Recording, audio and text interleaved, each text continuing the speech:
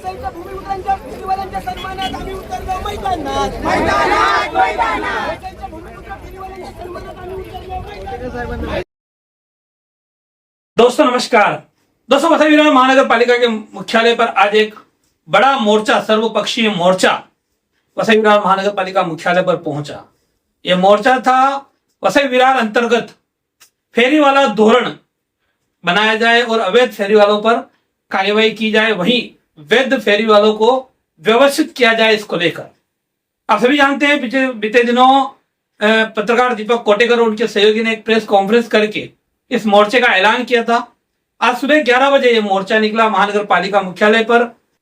बड़ी संख्या में सर्वपक्षीय लोग, जिनमें भारतीय जनता पार्टी, महाराष्ट्र नवनिर्माण सेना, आम आदमी पार्टी, लाल बावटा और दीगर लोग उसमें शामिल हुए और सभी लोग एक सुर में यही मांग कर रहे थे कि महानगर पालिका जो है वो फेरी वाला धोरण बनाए और इस मामले का हल निकाले।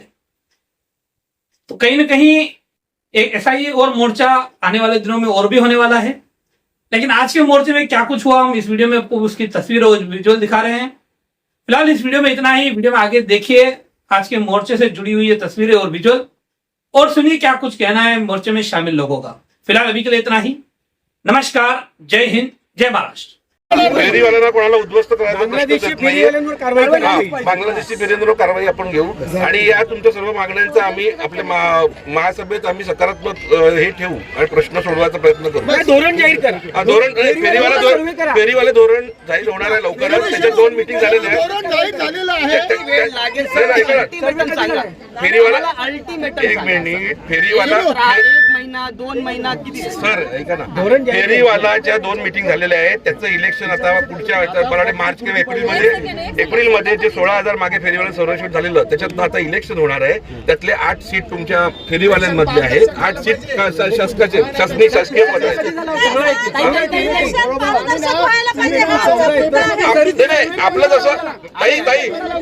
आपलं जसं इलेक्शन होतं तसंच होणार आहे, पारदर्शक।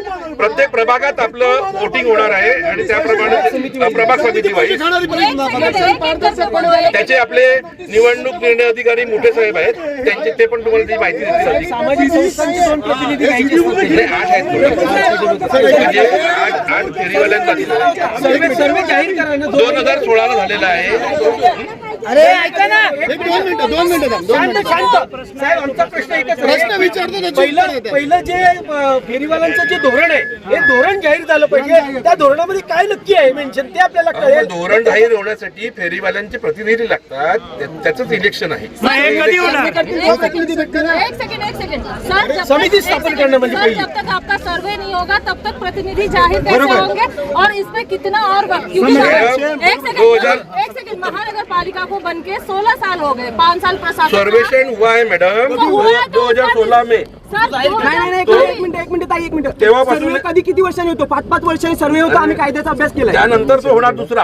हा प्राथमिक सर्वे झालेला आहे। 5 वर्ष राहून गेली ना, पहिला सर्वे करा। आता मला जेवढी माहिती आहे तुम्हाला त्याचं लेखी उत्तर उद्या मिळेल सर्व।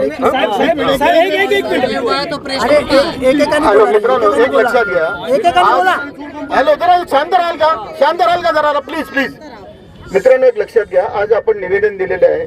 उद्या वाटल्यास एक शिष्टमंडळ आपण माननीय जे मोठे साहेब आहेत त्यांच्याबरोबर बसा आणि ते उद्या सकाळी पत्र देतील। उद्या सकाळी तसं पत्र द्या। आता आम्हाला पत्र द्या।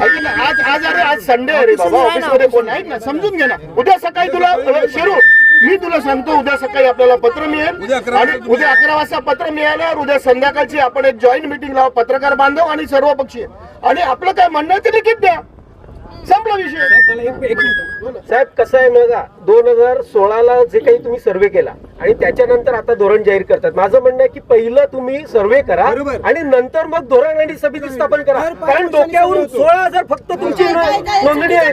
हा प्रश्न चुकीचा आहे। म्हणजे ऑलरेडी ज्यांचा सर्वे झाला तुम्ही त्यांनाच जागा देत नाही आणि नवीन सर्वांना कुठे बसवणार? नाही, पण मग जे आपले स्थानिक भूमिपुत्र आहेत त्याच्यामध्ये बांगलादेशी जे आलेले आहेत तर त्यांचं पण कळेल ना किती आकडा आहे। ऐका मी काय सांगतो, 15,400 लाख लोकांचा सर्वे झालेला आहे.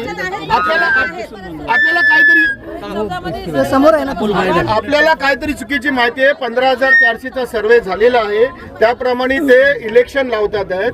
आणि जे लोक आहेत, जे 60-70 हजार लोक आहेत, त्याच्यामधले जे भूमिपुत्र आहेत त्यांना वेगळ्या प्रकारे आपण त्यांना कसं सेटल करायचं ते सांगू. बांगलादेशी सोडून आणि अनऑथराइज जे आहेत त्यांना सोडून, पण त्याच्यात जे भूमिपुत्र असतील त्यांना योग्य मार्गदर्शन करून त्यांना पण कुठेतरी त्यांची रोजीरोटी चालली पाहिजे म्हणून जे करताल तसं निवेदन देऊ आपण.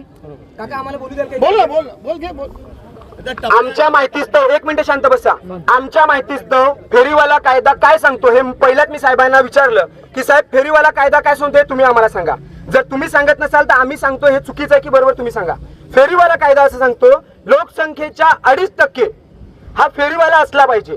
दर 5 वर्षांनी फेरीवाल्यांचा सर्वे होतो. साहेब सांगतात 2014ला 2016ला सर्वे झालेला आहे. पुन्हा 5 वर्षानंतर जो सर्वे होतो, आता 2014 नंतर आमच्या आदिवासी, आगरी, भूमिपुत्र इथल्या भरपूर मोठ्या संख्येने नवीन लोकांच्या बसल्यात. त्या लोकांवर तुम्ही बेकायदेशीर ठरवाल आणि बेकायदेशीर ठरवणार. एक मिनिट काका, मला 1 मिनिट बोलू द्या. बेकायदेशीर ठरवणार कसं साहेब तुम्ही बोलता का?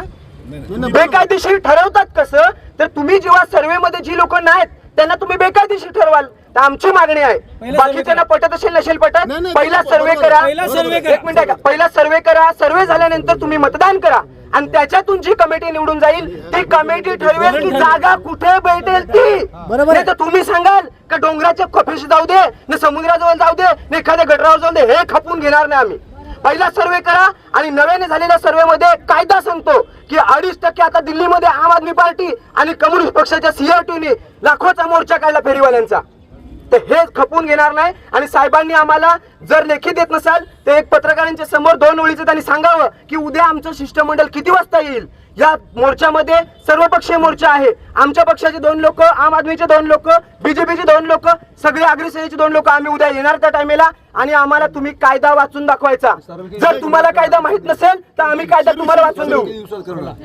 उद्या संध्याकाळी आपण कमिशनरशी बोलून वेळ घेऊ आणि आपण एक शिष्टमंडळ व्यवस्थित पत्रकार आणि तू सांगितल्याप्रमाणे घेऊन त्यांच्याबरोबर बसू आणि ह्याच्यातून आपल्या भूमिपुत्रांना, तुझ्या दृष्टिकोनातून जे भूमिपुत्र आहेत, मनसेच्या दृष्टिकोनातून जे भूमिपुत्र आहेत, शिवसेनेच्या दृष्टिकोनातून जे भूमिपुत्र आहेत, त्यांना प्रत्येकाला न्याय मिळाला पाहिजे असं सोल्युशन आपण काढू ना. कोटेकर साहेबांकडे आमची एवढीच अपेक्षा आहे. विषय तडीच नेला पाहिजे. हमारे चैनल सैफ न्यूज लाइव पर अपने व्यापार और सेवा से संबंधित विज्ञापन प्रसारण हेतु दिए गए मोबाइल नंबर पर संपर्क करें.